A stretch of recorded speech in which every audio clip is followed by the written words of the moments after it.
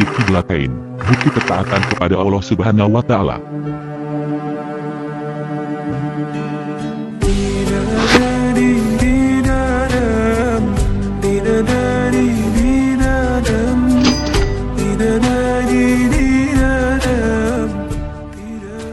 Arah kiblat merupakan hal penting yang terlebih dahulu harus diketahui seorang muslim ketika akan melaksanakan sholat. Hidup ini dengan cintamu ya Rabbi, damaikan mati ini saat salahku. Dalam sebuah masjid, biasanya bangunan dibuat mengarah ke Ka'bah atau ke kota Makkah di mana Ka'bah berada.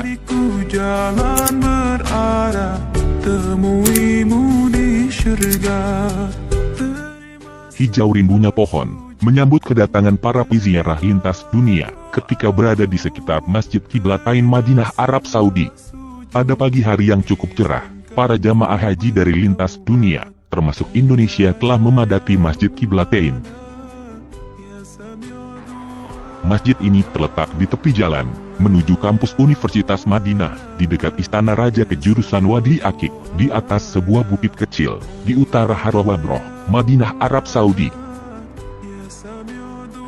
Masjid Qiblatain, yang artinya Masjid Dua Kiblat, adalah salah satu masjid terkenal di Madinah, yang selalu ramai dikunjungi. Masjid ini mula-mula dikenal dengan Masjid Salamah, karena berada di atas bekas rumah Bani Salamah. Saat ini memiliki struktur bangunan yang megah, dimulai dari luas dan besarnya bangunan, hingga menara masjid yang berdiri kokoh.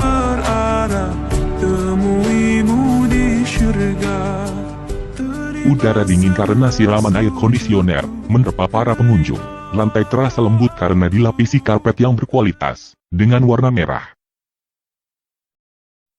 Masjid ini juga dihiasi sinar terang dari hiasan lampu yang berukuran besar, serta seni kaligrafi yang menghiasi dinding, mihrab serta mimbar khotib yang elegan.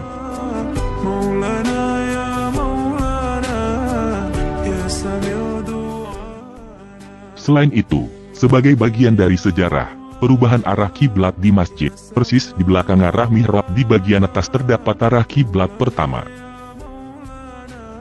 Arah kiblat itu dilambangkan dengan bentuk ukiran sajadah, ukuran 1 x 2 meter, yang berada di bawah kubah masjid, di dekat pintu masuk utama. Pada permulaan Islam, di zaman Rasulullah, orang-orang melakukan sholat dengan kiblat ke arah Baitul Maqdis, di Yerusalem atau Palestina. Baru setelah turun wahyu kepada Rasulullah, maka arah kiblat menghadap ke arah Masjidil Haram di Mekah. Alkisah, Nabi Muhammad sering mendapatkan cemoohan dari orang-orang Yahudi dan Nasrani bahwa peribadatan umat Islam terkesan meniru kaum Yahudi dan Nasrani yang mengarahkan kiblat mereka ke Masjidil Aqsa di Palestina.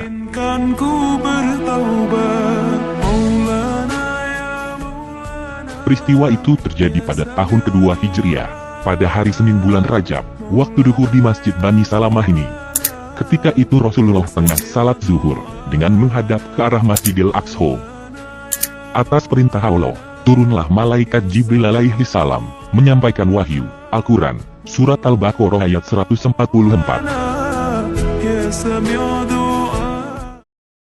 قد نرى تقلب وجهك في السماء فلنولينك قبلة ترضاها فول وجهك شطر المسجد الحرام وحيث ما كنتم فولوا وجوهكم شطره وإن الذين أوتوا الكتاب ليعلمون أنه الحق من ربهم وما الله بغافل عما يعملون. Sungguh kami sering melihat mukamu menengadah ke langit, maka sungguh kami akan memalingkan kamu ke kiblat yang kamu sukai. Palingkanlah mukamu ke arah Masjidil Haram. Dan di mana saja kamu berada, palingkanlah mukamu ke arahnya. Dan sesungguhnya orang-orang Yahudi dan Nasrani yang diberi Alkitab Taurat dan Injil memang mengetahui bahwa berpaling ke Masjidil Haram itu adalah benar dari Tuhannya. Dan Allah sekali-kali tidak lengah dari apa yang mereka kerjakan. Dengan kasih-Mu ya Rabbi, berkahi hidup ini. Setelah turunnya ayat tersebut di atas, Nabi Muhammad menghentikan sementara sholatnya, kemudian meneruskannya dengan memindahkan arah kiblat menghadap ke Masjidil Haram.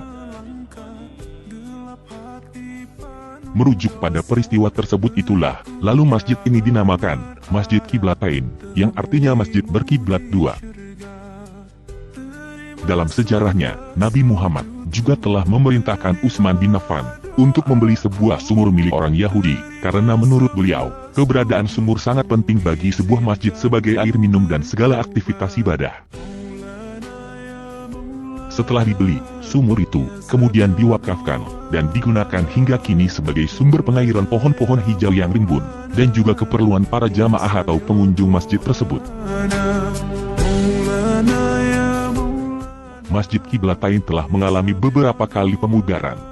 Pada 1987 pemerintah kerajaan Arab Saudi, di bawah Raja Fahad, melakukan perluasan, renovasi dan pembangunan konstruksi baru.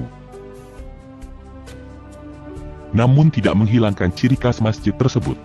Sebelumnya Sultan Sulaiman telah memugarnya di tahun 893 Hijriah, atau pada tahun 1543 Masehi.